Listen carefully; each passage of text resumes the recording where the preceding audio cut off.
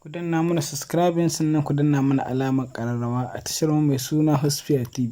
Ta da zarar mun ɗaura sabbin bidiyoyin mu za ku same su cikin sauƙi. Za mu ci gaba da kawo muku bidiyoyi na Hausa da Indiya da kuma bidiyoyi masu nishaɗantarwa da ɗebe kewa da ku da iyalanku gabaki ɗaya. Malam assalamu alaikum. Don Allah a ja kunnen mutane musamman matasa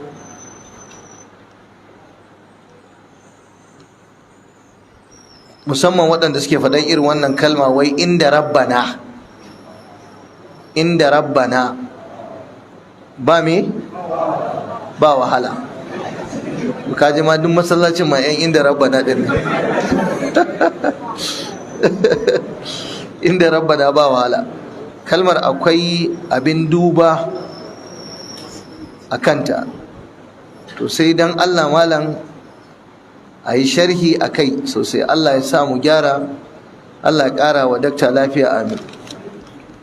To ni a fahimta ta kwanan nan wani ya mun tambaya akan wannan kalmar ta waya. Ni ban san ana faɗanta ba, ban ma taɓa jin wani ya faɗe ta ba, amma dai ana faɗa cewa inda rabbana ba wahala.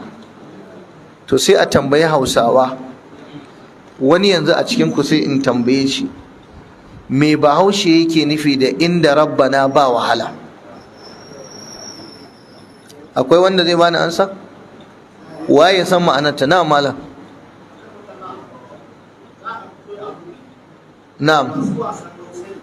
Na'am.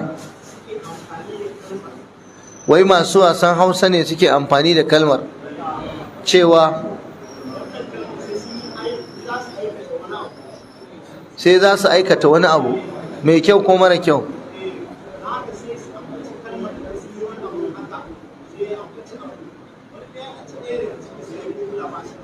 Na'am?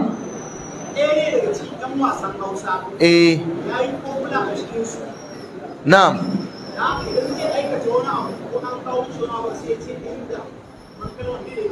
Inda to baka ban ansa ba.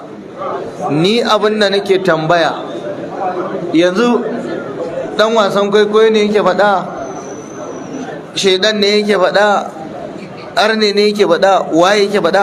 Kawai ni abin da nake so wannan kalmar ta inda rabbana ba wahala, me Bahaushe yake nufi da ita?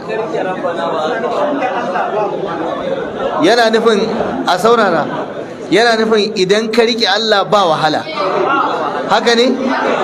To ga wani ya ce akwai gyara ko? Na'am.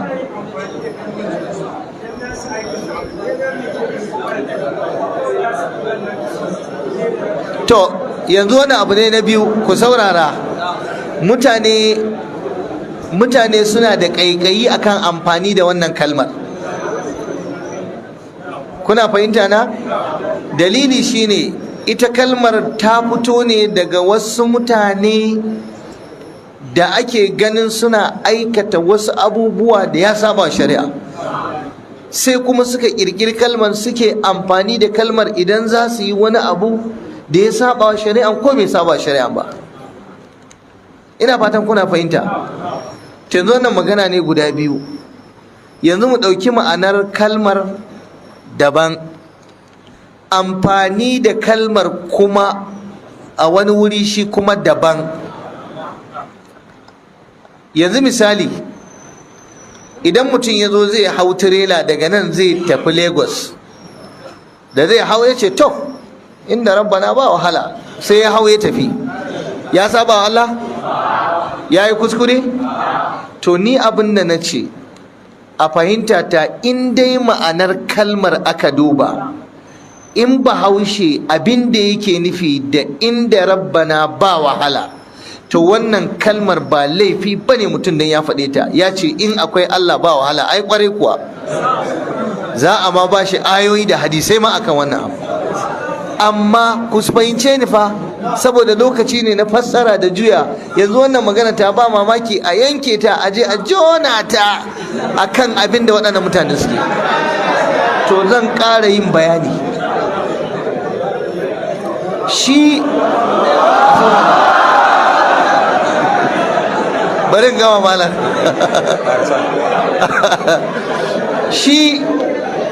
shi dan uwa anan da ya taliki ransa yana ɓace yake faɗa, ya ce malam mutanen nan ko wanda suke amfani da wannan kalmar, sai mutum ya zo zai aikata aiki mara kyau sai ya yi amfani da wannan kalmar, kaga saban Allah zai nuna muku ai tun da dai akwai Allah ai ba wahala, ko ya yi barnan ma ai Allah gafurur rahim ne mai hana, Allah zai yafe mai.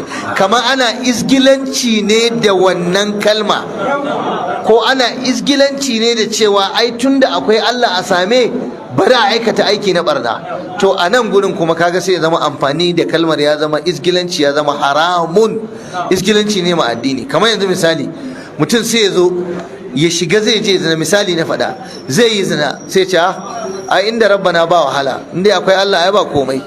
Ina fata ana fahimta. Wannan ya faru a kaina kwanaki, hakuri akram kallah, yanzu baka da wani bawan Allah ya kira ni daga wata ƙasa, ya ce malam ka taimaka min da addu'a, ga yarinya ta gagare ni. Yarinya ce yar shekara 16-17. Me ya faru? Ya ce ba ta kwana a gida, sai ce sati biyu ba ta gida. Na ce nemo ta ka kawo min ita mu haɗin mata wazi. Ya je sai bayan sati biyu ya samo ta, ya ce malam gata. Na ce me take? Ya ce wallahi malam ka ganta karama da ita, amma tana yawo da samari, tana kwana da samari, kuma tana zina, kuma ba abin da ta fi so irin gidan ruwa da kulob. Na tambaye ta, na ce haka ne? Ta ce malam haka ne. Na ce yanzu kina zuwa gidan rawa, kina zuwa kina kwana da maza? Ta ce haka ne. Na ce to me yasa kike haka, ke baki san Allah ya haramta ba? Ta ce na sani. Ta ce ai Allah mai yafiya ne, haka ta gaya mu. Kaga ta yadda Allah mai yafiya ne, tana sane da Allah mai yafiya ne, take zuwa take keta dokar ubangiji. Wannan ba daidai bane, wannan kuskure ne. So ya danganta ga yanda aka yi amfani da kalmar. Idan mutum ya yi amfani da kalmar inda rabbana ba wahala akan abu aiki mai kyau, wannan ya dada tabbatar da cewa lalle Allah yana kulawa da bayinsa, kuma duk wanda ya dogara gare shi, wa man yatawakkal ala Allah fa huwa hasbuh. Amma ba wai mutum yayi amfani da kalmar inda rabbana ba wahala kuma ya saba wa Allah ba, ya rungumi mace ce inda rabbana ba wahala, yayi kaza inda rabbana ba wahala. Wannan ba daidai bane, kuskure ne, kamar akwai isgilanci ma addini. Amma ga akramaka Allah nan shi ma zai faɗi nasa lissafin, nawa daban nasa daban, sai ku zaba. Na mala alhamdulillah, Allah ya saka da alheri. Wanda ya yi bayanin cewa ga wani mutum ne ba mutumin kirki ba, ko yake yin amfani da ita don ya cimma burinsa, kuma burinsa ba na gaskiya ba ne, ya yi haƙuri.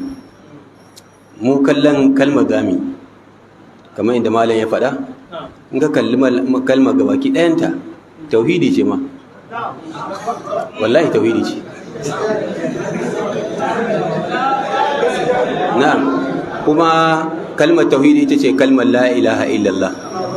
Ko ka san akwai wanda zai dauki kalmar la ilaha illallah ya mata isgili kuma tsiya zai yi? Na'am, la haula wala quwwata illa billah. Ina cikin yin iskancinsa zai ce la haula wala quwwata illa billah.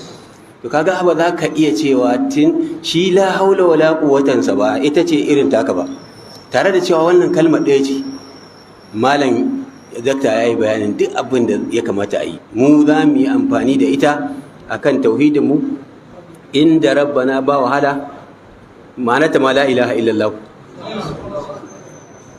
To shi kenan ya ce duk da haka tun da wannan ne yake faɗa ba za mu yi ba.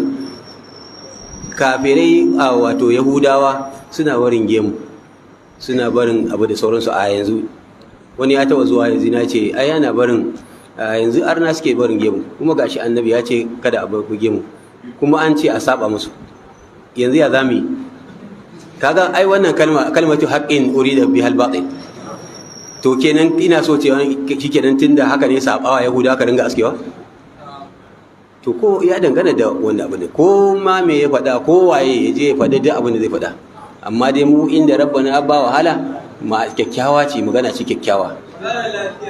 Mun san me rabbana Allah, me ma na ba wahala? La haula wala quwwata shine fa inna rabbana ba wahala. To ya zami mu ce a tunda wanne yake amfani da ita mu fasa ta? Malam yayi bayanin komai, ni sharhi ne kawai. Allah saka da alheri. Garbakallah. malam Allah ba da lada, Allah saka da alkhairi.